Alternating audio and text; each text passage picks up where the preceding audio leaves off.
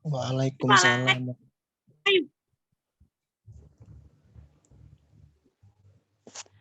Assalamualaikum warahmatullahi wabarakatuh. Waalaikumsalam Warahmatullahi wabarakatuh. Yang kami hormati Ibu Aziz Septiatin, SMSI, selaku dosen pengampu mata kuliah Ekonomi Moneter, serta teman-teman yang sudah menyempatkan hadir pada Zoom kali ini. Baiklah, kami dari kelompok 3 yang beranggotakan Ayu Ismawati Wulandari, Fadila Ardiana, Redi Ariana, Reza Aini, serta Sabina Ardila akan mempresentasikan hasil diskusi kami mengenai kebijakan moneter. Yang mana dimulai dari penyampaian materi. Penyampaian materi yang pertama akan disampaikan oleh Fadila Ardiana, kepadanya kami persilakan. Baiklah, kebijakan moneter adalah proses mengatur persediaan uang sebuah negara untuk mencapai tujuan tertentu, seperti menahan inflasi, mencapai pekerjaan penuh atau lebih sejahtera. Kebijakan moneter dapat melibatkan standar bunga pinjaman, kapitalisasi untuk bank, atau bahkan bertindak sebagai peminjam usaha terakhir atau melalui persetujuan negosiasi dengan pemerintah lain. Adapun jenis-jenis kebijakan moneter. Yang pertama, kebijakan moneter ekspansif. Kebijakan moneter ekspansif adalah suatu kebijakan dalam rangka menambah jumlah uang yang beredar. Kebijakan ini dilakukan untuk mengatasi pengangguran dan meningkatkan daya beli masyarakat pada saat perekonomian mengalami resesi atau depresi. Kebijakan ini disebut juga kebijakan moneter longgar. Yang kedua yaitu kebijakan moneter kontraktif. Kebijakan moneter kontraktif adalah suatu kebijakan dalam rangka mengurangi jumlah uang yang beredar. Kebijakan ini dilakukan pada saat perekonomian mengalami inflasi. Kebijakan ini disebut juga dengan kebijakan uang ketat. Saya kembalikan kepada moderator. Baik, terima kasih kepada Fadila yang telah menyampaikan materi. Selanjutnya akan disampaikan oleh Reza Aini, kepadanya kami persilakan.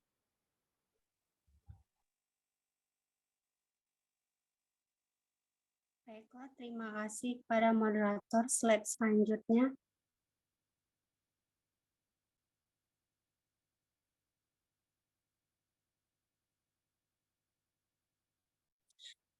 Instrumen kebijakan moneter. Yaitu ada beberapa kebijakan moneter. Yang pertama, operasi pasar terbuka. Operasi pasar terbuka adalah cara menandakan uang yang beredar dengan penjualan atau membeli suatu berharga pemerintah.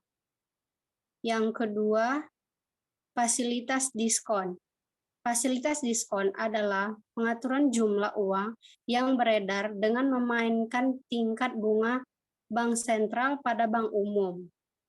Yang ketiga, rasio cadangan wajib, yaitu adalah mengatur jumlah uang yang beredar dengan memainkan jumlah dana cadangan perbankan yang harus disimpan pada pemerintahan. Yang terakhir adalah himbauan moral. Himbauan moral adalah kebijakan moneter untuk mengatur jumlah uang yang beredar dengan jalan memberi himbauan kepada pelaku ekonomi. Slide selanjutnya.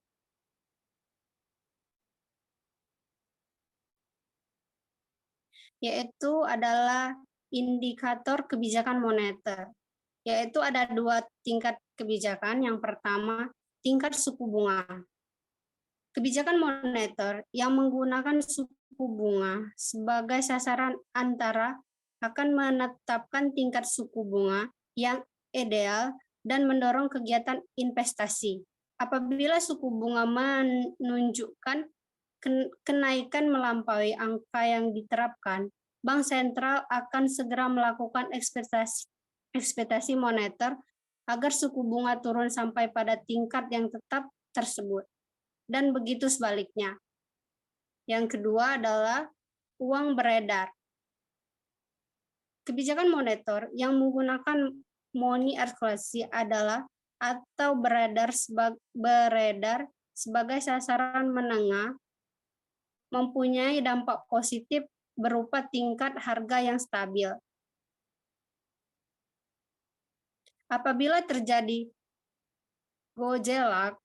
gejolak dalam jumlah besar moneter, yaitu melebihi atau kurang dari jumlah yang ditetapkan, Bank sentral akan melakukan kontraksi atau ekspitasi moneter sedemikian rupa sehingga besar moneter akan tetap pada suatu jumlah yang telah ditetapkan. Baiklah, itu saja materi yang dapat saya sampaikan. Saya kembalikan ke moderator. Baiklah, terima kasih kepada Reza Aini. Materi selanjutnya akan diteruskan oleh Sabina Ardila. Kepadanya kami persilakan.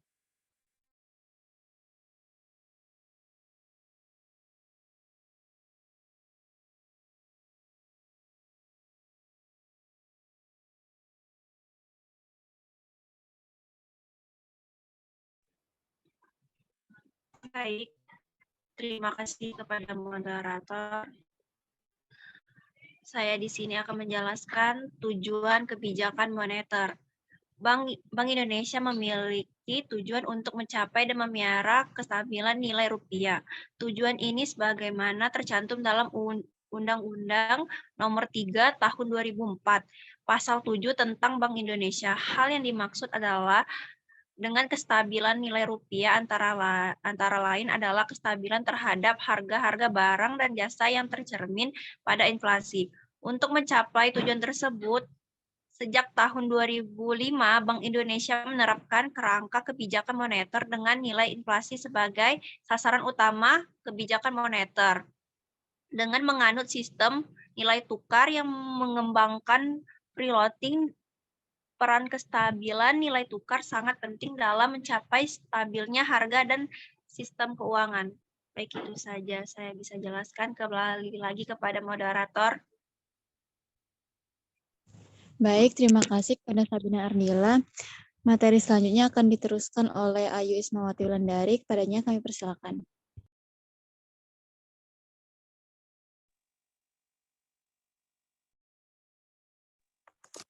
Baik, terima kasih kepada moderator. Saya akan menjelaskan mengenai contoh studi kasus tentang kebijakan moneter. Bank Indonesia pada tanggal 18 sampai 19 April 2022 memutuskan untuk mempertahankan BI 7-day reverse repo rate sebesar 3,50%, suku bunga deposit facility sebesar 2,75%, dan suku bunga lending facility sebesar 4,25%. Keputusan ini sejalan dengan perlunya penjaga stabilitas nilai tukar dan terkendalinya inflasi, serta upaya untuk tetap mendorong pertumbuhan ekonomi di tengah tekanan eksternal yang meningkat terkait dengan ketegangan geopolitik Rusia-Ukraina, dan mempercepat normalisasi kebijakan moneter di negara maju. Bank Indonesia juga terus mengoptimalkan strategi bauran kebijakan untuk menjaga stabilitas dan mendukung pemulihan ekonomi lebih lanjut melalui berbagai langkah sebagai berikut. Yang pertama, memperkuat kebijakan nilai tukar rupiah untuk menjaga stabilitas nilai tukar mekanisme pasar dan fundamental ekonomi. Yang kedua, melanjutkan implementasi kebijakan makroprudensial akomodatif dengan mempertahankan yang pertama rasio kontrasial capital buffer sebesar 0%, B rasio intermediasi makroprudensial pada kisaran 84-94%, serta C, rasio penyangga likuiditas makroprudensial sebesar 6%, dengan fleksibilitas repo sebesar 6%, dan rasio PLN syariah sebesar 4,5% dengan fleksibilitas repo sebesar 4,5%. Yang ketiga, melanjutkan kebijakan transaksi suku bunga dasar kredit dengan pendalaman asesmen pada perkembangan sumber pendapatan operasional perbankan. Slide selanjutnya.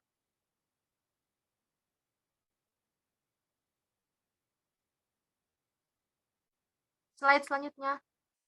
Yang keempat, memastikan kecukupan kebutuhan uang, distribusi, dan layanan kas, serta kesiapan penyelenggaraan BI Fest selama periode bulan Ramadan serta Hari Raya Idul Fitri 1443 Hijriah. Yang kelima, batas nilai yang dapat disimpan pada uang elektronik register dari 10 juta rupiah menjadi 20 juta rupiah, dan batas nilai transaksi bulanan dari 20 juta rupiah per bulan menjadi 40 juta rupiah per bulan, berlaku sejak 1 Juli 2022.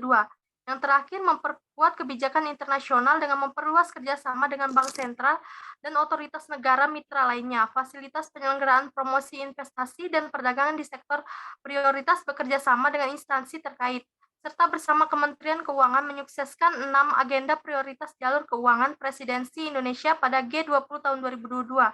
Bank Indonesia terus memperkuat sinergi kebijakan dengan pemerintah dan Komite Stabilitas Sistem Keuangan dalam rangka mengendalikan inflasi, menjaga stabilitas moneter dan sistem keuangan, serta meningkatkan kredit atau pembiayaan kepada dunia usaha pada sektor-sektor prioritas untuk mendorong pertumbuhan ekonomi, ekspor, serta inklusi ekonomi dan keuangan. Itu saja, saya kembalikan kepada moderator. Baik, terima kasih kepada Ayu Ismawati Wulandari. Mungkin demikianlah penyampaian materi presentasi dari kami. Selanjutnya kami buka sesi tanya jawab. Kepada teman-teman yang ingin bertanya, silakan raise hand terlebih dahulu.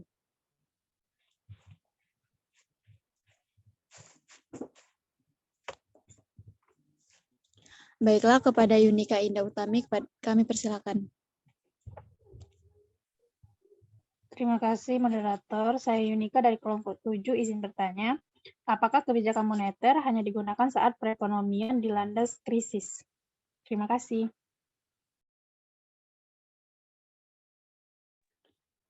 Baiklah, selanjutnya Aida Ayu Putri, kepadanya kami persilakan. Baiklah, terima kasih kepada moderator. Pertanyaannya, bagaimana kebijakan moneter kontraktif diterapkan? Itu saja.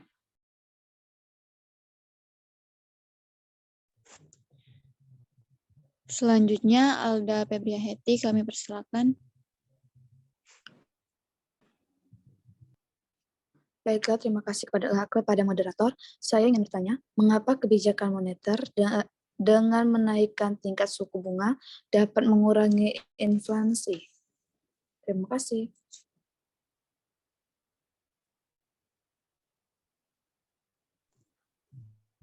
Selanjutnya, kepada Intan Maresti Utami, kami persilakan.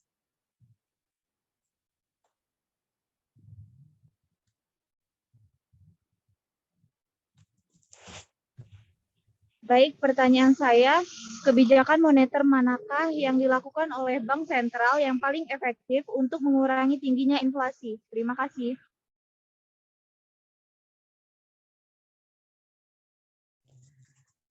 Baiklah, terima kasih kepada teman-teman yang sudah bertanya. Berikan kami waktu untuk menjawab pertanyaan dari teman-teman semua. Terima kasih.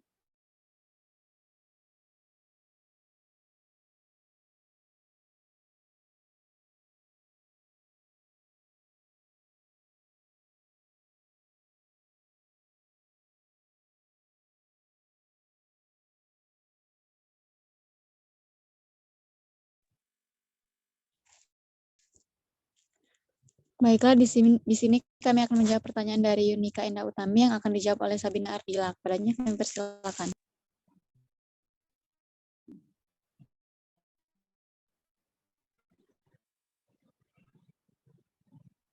Baik, terima kasih kepada moderator. Di sini saya akan menjawab pertanyaan dari Yunika Indah Utami.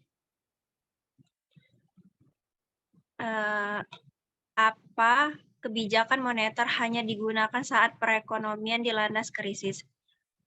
Kebijakan moneter tidak hanya digunakan pada saat perekonomian dilandas krisis, namun kebijakan tersebut untuk tetap menjaga kestabilan perekonomian dan mencapai kestabilan ekonomi. Kebijakan ini juga melakukan menstabilkan perekonomian dalam keadaan sedang inflasi maupun deflasi. Apakah Saudari Yunika sudah jelas?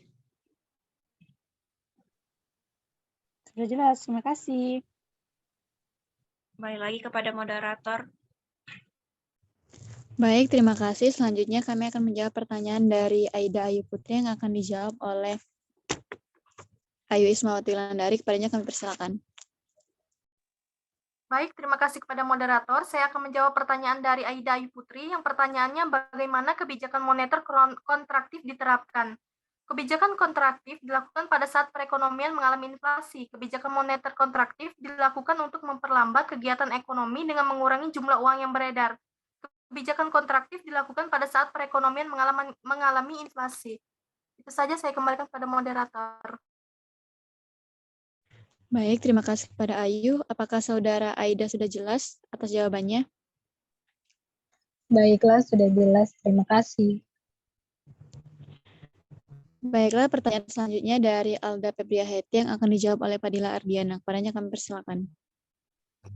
Baiklah, saya akan menjawab pertanyaannya, yaitu mengapa kebijakan moneter dengan menaikkan tingkat suku bunga dapat mengurangi inflasi?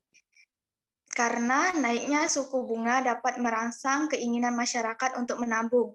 Dengan menabung, jumlah uang beredar di tangan masyarakat akan masuk ke bank sehingga laju inflasi dapat ditekan. Saya kembalikan kepada moderator. Baik, terima kasih kepada Padilla. Apakah Alda Febriaheti sudah jelas atas jawabannya? Sudah jelas, terima kasih. Baik, pertanyaan terakhir dari Intan Maresti Utami yang akan dijawab oleh Reza Aini. Kepadanya kami persilakan.